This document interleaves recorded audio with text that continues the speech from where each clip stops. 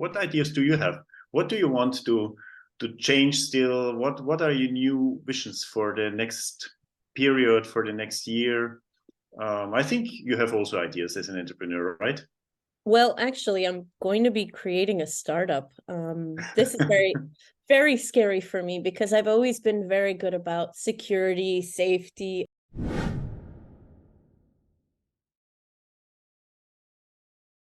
So welcome everybody. This is the very new podcast of Tec-One. I call it the Tec-One Stories. It's stories about freelancers. It's the episode number 2, and I'm so happy that Nicole Reznic, I hope I pronounce it correctly, is here. She has different backgrounds, also cultural backgrounds, but maybe you can introduce yourself. And I'm really happy that you are here, an entrepreneur since many, many years, freelancer, solopreneur, so she understands what we are talking about. And yeah, please introduce yourself, Nicole. Thank you. So my name is Nicole Reznic. You got it pretty close, so not bad. Oh, No, very close. It's always been a hard name for people. So again, that shows the ethnicity. And ironically, no one would ever guess this, but my first language actually was Spanish.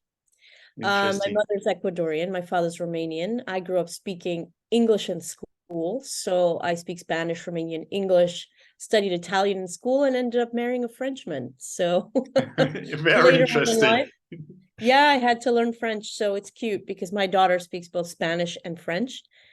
So mixed words here and there. So the thing that I would like to say about my background is I come from a father who was an entrepreneur. He was a man who started his own business, and I grew up in that environment of you can do it better yourself every time. It's always something that has always been in my family, that we've always believed that you can put in the hard work in a company, which is great, but the problem is no one will ever give you the same sort of impact and feeling of when you build something and it's yours. So that's something that's been impressed upon me. And I can't say I'm the perfect entrepreneur. I don't have enough time.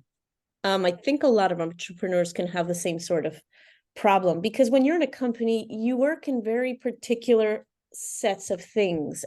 Your job scope is much smaller. And when you're an entrepreneur, your job scope is giant. It basically encompasses everything that has to be done. And one of the things that I realize is you can never really do everything yourself. And if you're a perfectionist like myself, you certainly can't do everything yourself, at least not to the level you want. And this is where you have to start thinking of good and done is better than perfect and unfinished. So I think that, yeah, that's one of my key takeaways often when building a business. And timing, you do need help. You do need to sometimes look at other people and say, hey, can you look at this? Tell me if you think I could streamline it better, or say no to projects that just won't take you to your goal. That's a tough one. Yeah, and I think I have worked as a freelancer, as a solopreneur. I've worked in bigger startups. I have worked in larger organizations, and I see that's always you have a new ideas, right? So as an entrepreneur, you always have ideas, so you never have enough time. What ideas do you have? What do you want to change still? What are your new visions for the next period, for the next year? I think you have also ideas as an entrepreneur, right? Well, actually, I'm going to be creating a startup. This is very, very scary for me because I've always been very good about security, safety. At the moment, I currently am a professor of marketing at a university in Paris. And I also am a teaching assistant for a professor in Harvard University in luxury marketing as well. So these are silly, These are, how do I say this? They're solid jobs. And they're really, you have a progression, a career progression, right? Problematically is I want to do a startup. And the reason I want to do this startup is because I had a great idea and I looked at the market and I said, well, why doesn't this exist? And I think that that's where most people's ideas come from. They come from those moments where they're living in their lives and they say, why didn't anyone think of this? Well, the truth is many people probably thought of your idea. It's a very rare select few that actually act on it. Either they don't have enough confidence, they don't have enough passion, or they don't have enough capabilities to act on that idea. But I think that ideas, there's always going to be so many thrown at us. When I was young, I had a million ideas. I used to draw them on paper, write them down. But this is the first time I'm activating to build something on an idea I have. And to be fair, I have to be okay with the idea that it could fail, True. or that it could morph into something completely different. So because of my luxury experience, because of my teaching, I like to think of things in a very clean, simple way. There is this is something you understand, and you move on to other topics that you learn and pick up. But with entrepreneurship, I think it's a constant evolution. Being in technology, there's always this iteration. Things are constantly changing. Technology maybe has a 2-year lifespan. So if you look at it from that perspective, I think being in tech has helped me come to this point where I'm going to be okay. I mean, nobody's okay with failure 100%, but you have to be to some extent. The big idea, you don't want it to fail, but there will be passes that you'll take. For example, my big failure right now is my calendar. I can't seem to get it in order. It's terrible. I use Calendly, but I have 3 different ones because I teach, because I have a consulting business, and I have a personal calendar. So that's something that I decided I'm going to reach out for help. And I'm looking at a freelancer to be a virtual assistant and assist me with some of these administrative things that I know how to do. I could totally do them. If I was cloning myself, not a problem. But because I don't have that capability, I definitely need someone who will help me do this. And I think as an entrepreneur, you need help, and you have to look where you can strategically place that help. So maybe it's in the administrative stuff that I could use help with. And I know eventually in my startup, I'm going to need tech help. I don't have all the latest understanding.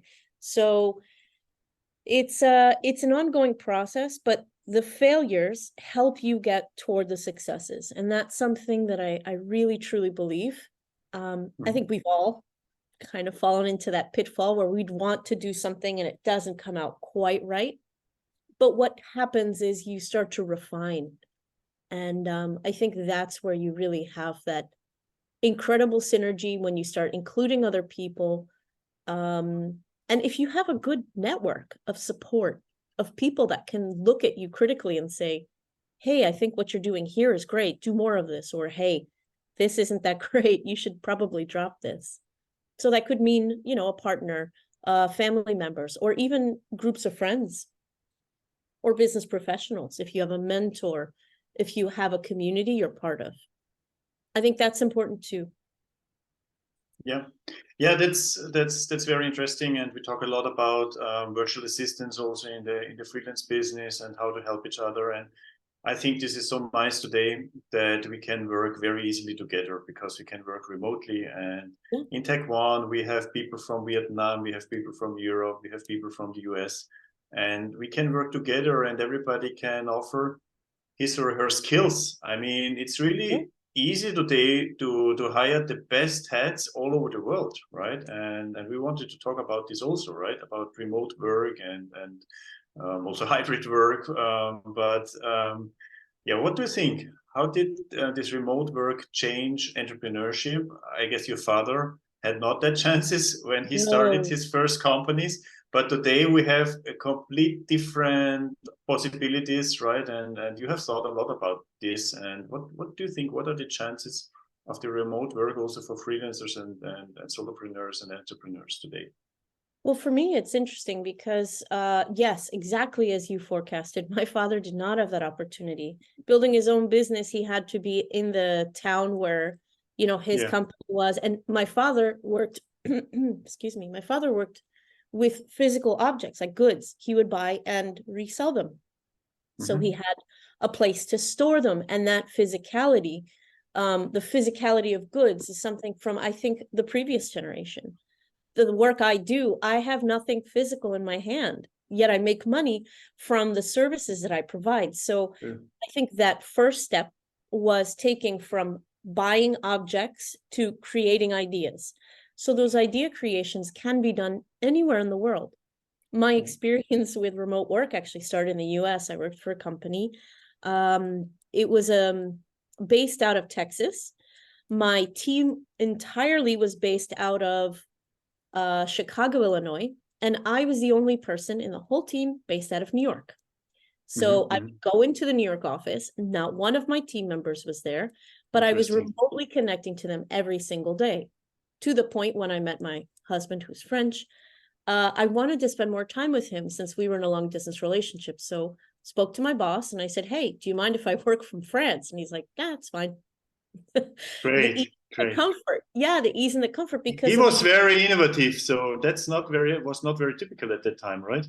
Well, it's interesting because this was about 6-7 years ago. Yeah, it was not common. It wasn't common, but the company that we had worked with, I mean, the company that owned us was a data company. So they already understood the necessity of being online, and they had strong infrastructure in place to allow us to remotely work very easily. VPNs, integrated systems where data is stored and we can naturally pull everything. We had teams working. I even, when I was prior to that company, I was working in Argentina for a South African company. And I mean, that was to some extent sort of offshoring. So we were the offshore of a South African company in Argentina. And I worked with Europe, I worked with the US, and I worked with Africa, I worked Asia. So it was interesting because the nature of tech, I think, has always been far more globally reaching than most other fields, simply because you're on a computer and that computer can take you anywhere, and the work is digital and it can be stored, moved, adjusted from anywhere. And I think that when I had this capability of working from France, my only concern was the time difference. You know, I had to stay in when my partner at the time was going out to dinner with friends. I'm like, well, I'm still on the clock, guys. Sorry, you go without me. So the only problem was the time difference. But I think that if you're in a company that can understand the necessity of someone to have either working from home or a remote location, because sometimes the best talent just isn't local. Sure. I mean, we had a guy who was, I would call him a super coder. This was a guy who we went to when everything fell apart. Nobody knew how to fix it. And what we used to do is we used to work in scripts and JSON scripts. So these were like data scripts that we needed him to fix. So problematically is we couldn't find this guy anywhere other than where he was located, which was not in our office. It was not Chicago. It was not New York. So we used to use his services quite frequently, and he worked from wherever he was. And that was a freedom he had because of the skill set he had. It was a highly sought after skill set. And that's something I think that when people look to work remotely, you have to hone your skill set so that your location will not be the determining factor, but your skills. And I think companies are slowly starting to see that necessity because they do want to hire the best person. Yeah, this is one point. Yeah, true. Go ahead. Sorry. No.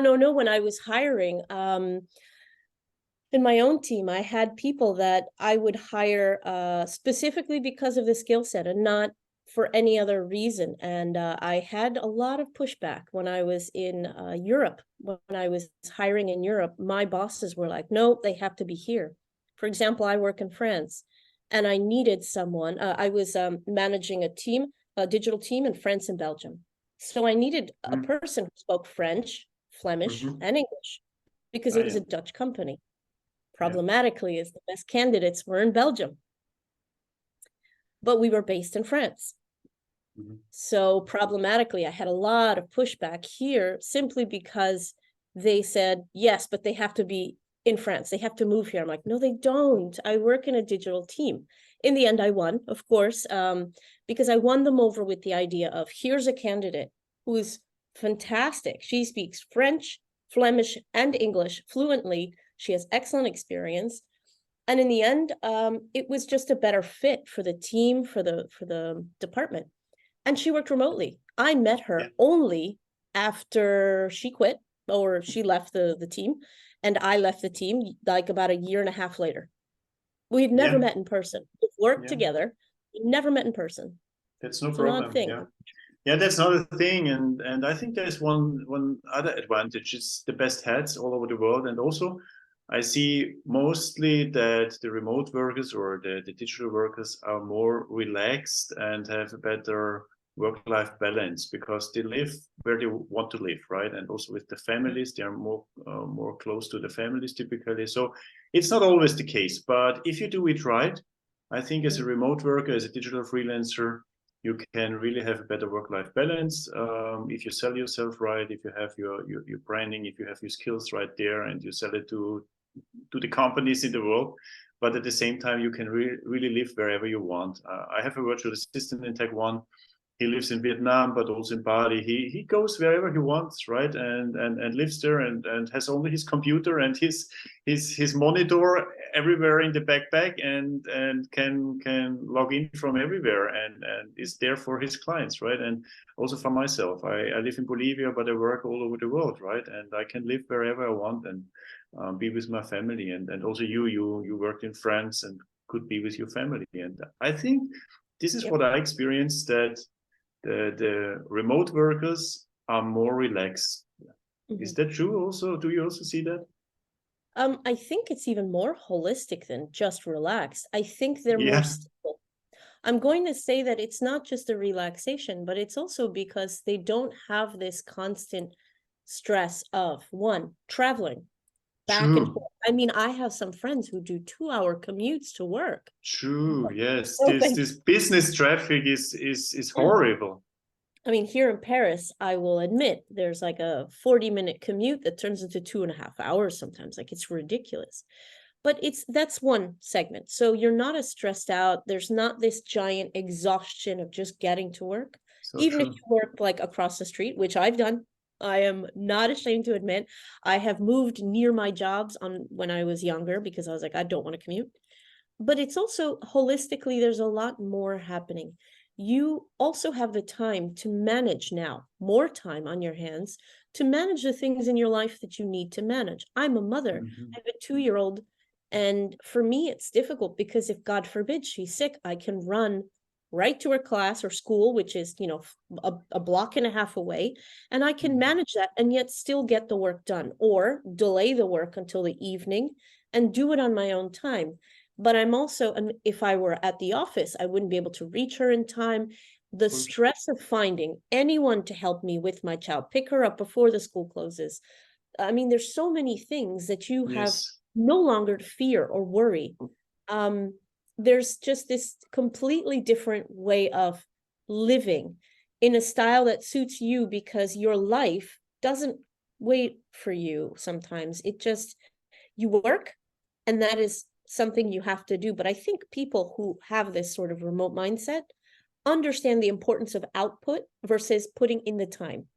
Yes. Now, many companies that require you to be there, don't you find that? Don't you find some people are just in the office, whether they're productive or not, they're just there until the boss goes home and then they go home?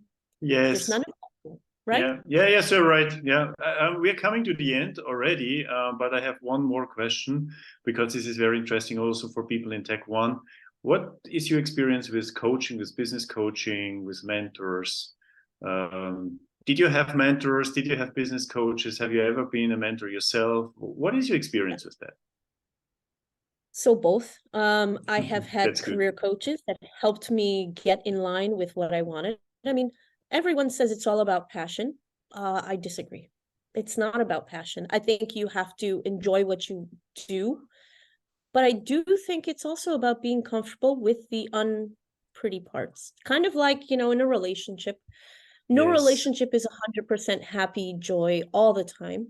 But what you do have to look at is, are you going to stick it out to get to your end goal?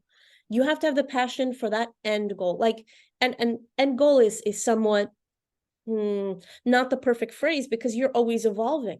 But the passion for the field, the passion for the understanding, the passion for delivering whatever it is that you're delivering. So I've used a career coach to help me hone in on who I was. I mean, you know the process of the ikigai, where you are looking to who you are, what are the things you're good at, what can you make money with, what does the world need? I've done the ikigai process with other people. Yes, it's very, very helpful. Yeah. Isn't it? I find that a lot of people think it, but they never write it down. And I find that writing things Yes. gives you a lot more clarity. It gives you this sort of focal point to kind of say, wow, okay. Yeah, I always write a lot and make my graphics. This is what I always do when I'm thinking about my topics. I'm always writing and drawing. Yeah, It could that's be very digital. helpful. I'm Yeah. a physical writer. I like writing physically. As a matter of fact, you asked, I have had career counseling, but I've also kind of had to do this myself. My husband is pressuring me to do it now, as a matter of fact, because an entrepreneur, I'm going to be doing a startup and I teach. There's a lot of things on my plate. And what helps sometimes, even if you know where you want to be, you have to keep refining your process. So that Mhm. means if you're en route to something, sometimes you start picking up little things here and there, little projects, little things that you are doing that may not be taking you to the right place, or they could be veering you off in a different pathway. So you have to be careful.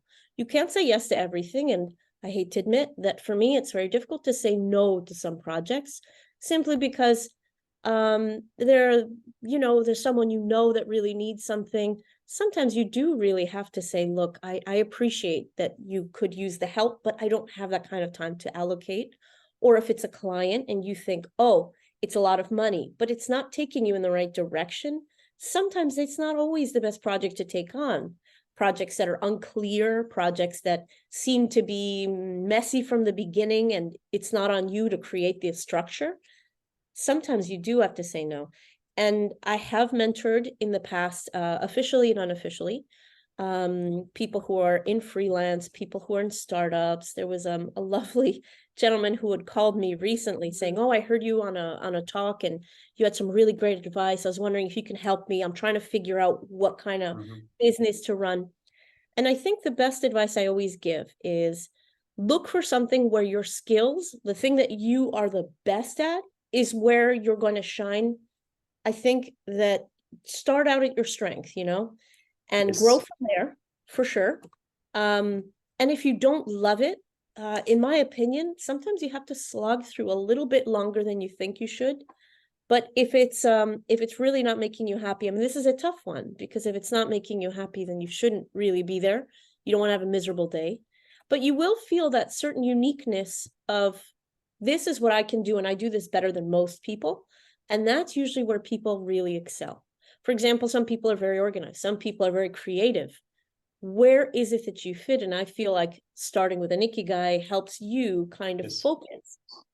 And even asking, surveying friends and family, hey, Yes. what do you think? What do you think I'm really good at? What's the one strength I have? I do this with my class because they're young, they're in their 20s and they're just starting. I make them create an elevator pitch about who they are, so that if they meet Yes. anyone on the way to wherever they're going in their internships, that they have that sorted. So that's my assignment number one. Create your elevator pitch. Yeah, this is also what I do. So actually, we are at the end already of our session, but this is also what I do. I use the business model methodologies for people, and the people ask me, but I'm not a startup. But I say, yes, you're a startup. You're selling yourself, you're selling your services and your skills and so on. And then I use a business plan for Mhm. persons. And yeah. So thank you very much, Nicole. This was so insightful, and I think we have a lot in common, and we will stay in touch. I hope so, at least. Thank you Absolutely. for providing this in Tec-One, and everybody who sees that podcast. I would be really, really happy if you subscribe. So please subscribe to the channel, and let's stay in touch and communicate on all the channels, LinkedIn, YouTube, and all the channels we have. Thank you very much, Nicole, Thank and you. see you soon.